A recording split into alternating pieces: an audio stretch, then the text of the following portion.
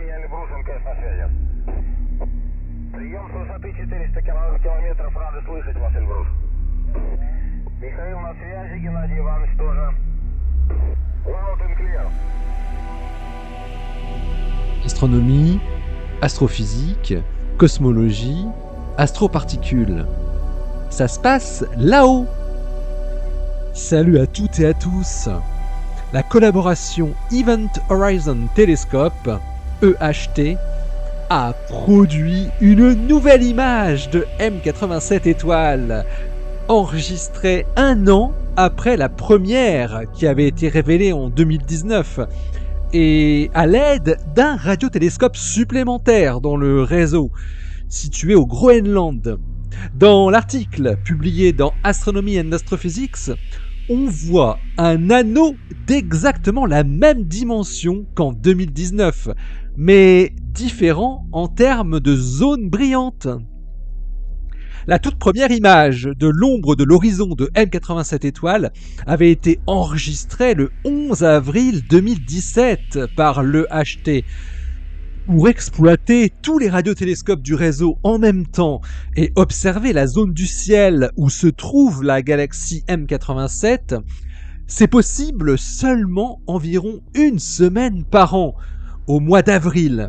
Ainsi, tous les mois d'avril, le HT mène une nouvelle campagne d'observation. 1 an après cette semaine miraculeuse d'avril 2017, qui leur avait permis de produire l'image de M87 étoiles, puis avec un peu plus de difficulté celle de Sagittarius à étoiles, le 21 et le 25 avril 2018, la grande collaboration internationale a donc pu réitérer ses observations de M87 étoiles.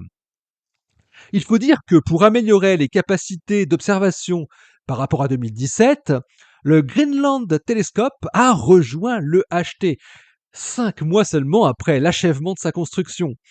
Ce radiotélescope groenlandais est situé bien au-dessus du cercle arctique, ce qui offre une fidélité d'image améliorée et une résolution angulaire accrue dans la direction nord-sud. En 2017, 8 observatoires composaient l'EHT. Ils étaient 9 en 2018, et sachant que le South Pole Telescope, situé en Antarctique, qui fait partie de l'EHT, ne peut pas être utilisé pour imager M87 étoiles, il ne le voit pas. Mais pour Sagittarius à étoiles, oui par contre. Et en 2018, le réseau EHT a également été mis à niveau pour observer dans 4 bandes de fréquences autour de 230 GHz, contre seulement 2 bandes en 2017. Plus précisément, c'est les bandes 213,1, 215,1, 227,1 et 229,1 GHz. Alors malgré les défis posés par les conditions météorologiques des différents sites en avril 2018, et oui, parce que l'eau absorbe les ondes radio à ces fréquences, c'est embêtant, eh bien les progrès des techniques d'acquisition et d'étalonnage des données ont finalement permis une qualité élevée après quelques années de travail de traitement divers. Les chercheurs ont effectué une analyse des données à l'aide de 8 techniques d'imagerie et de modélisation indépendantes, pour plus de robustesse bien sûr. La nouvelle image que les chercheurs de l'EHT nous offrent ressemble à s'y méprendre à la première. L'ombre de l'horizon fait exactement la même taille, 43,3 microsecondes d'arc pour le diamètre de l'ombre centrale. La première image faisait 42 microsecondes d'arc. Cela permet de confirmer que le trou noir est toujours le même, avec la même masse de 6,5 milliards de masse solaire, qui avait été déterminée en 2017, un trou noir supermassif situé à une distance de 55 millions d'années-lumière, rappelons-le.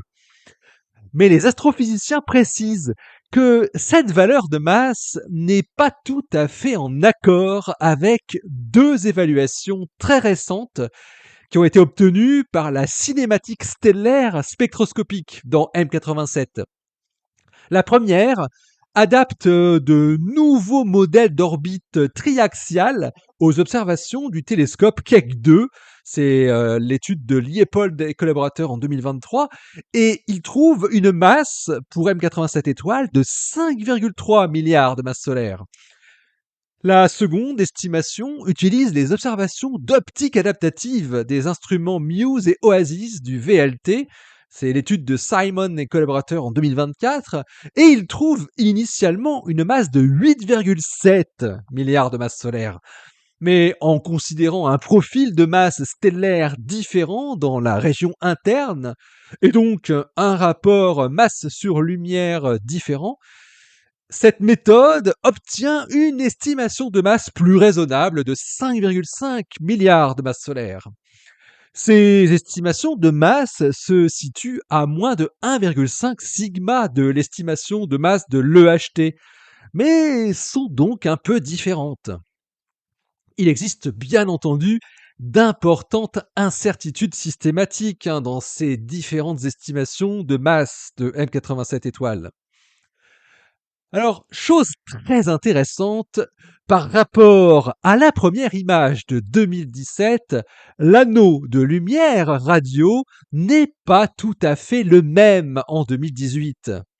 La nouvelle image révèle un anneau avec une distribution de luminosité qui culmine vers le sud, ce qui est semblable à l'image précédente, mais avec une différence subtile.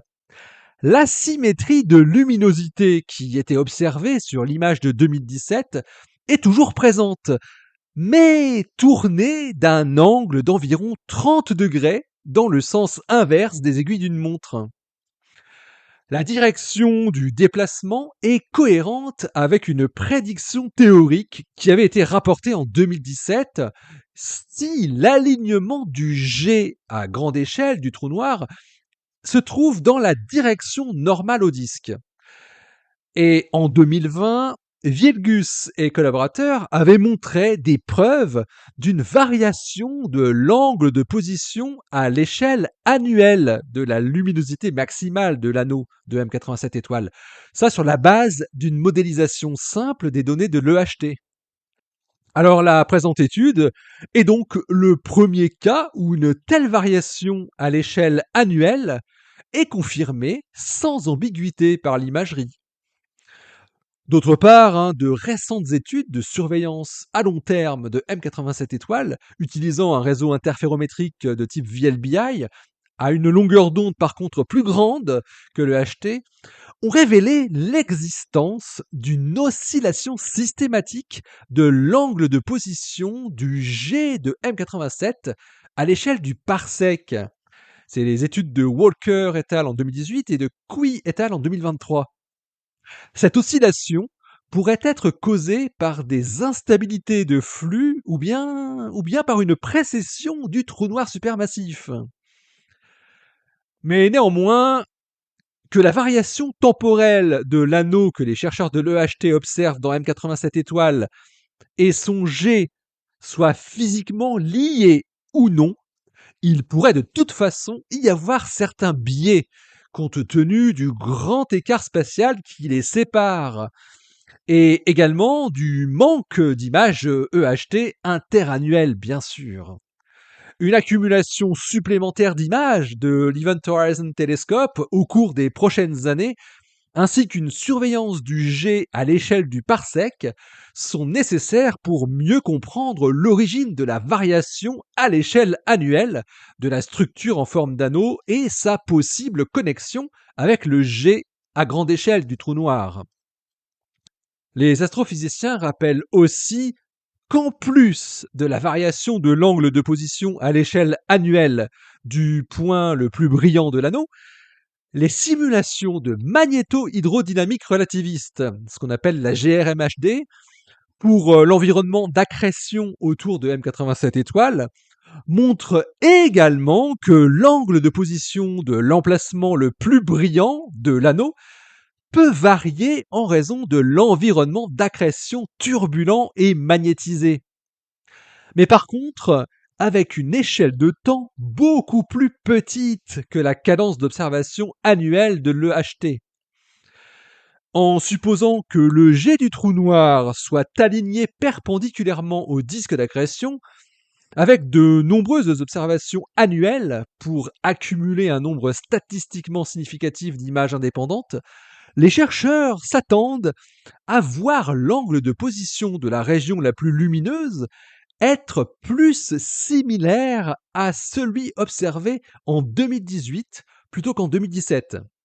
Étant donné que l'échelle de temps pour les changements d'angle de position dans les simulations GRMHD est petite par rapport à la cadence annuelle des observations, il n'associe pas nécessairement ce changement avec une rotation globale du flux d'accrétion, mais il considère plutôt les observations de 2018 comme un instantané de l'orientation la plus courante du flux d'accrétion.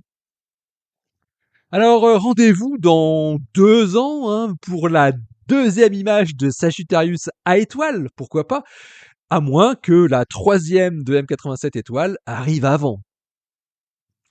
L'article de la collaboration Event Horizon Telescope est paru dans Astronomy and Astrophysics, le volume 681, daté du 18 janvier 2024. Et oui, déjà presque un mois. Oh là là. Il s'intitule L'ombre persistante du trou noir supermassif de M87, observation, calibration, imagerie et analyse. Allez, d'ici la prochaine, portez-vous bien, restez bien les yeux vers le ciel et puis restez bien les pieds sur terre. Hein? Allez, salut!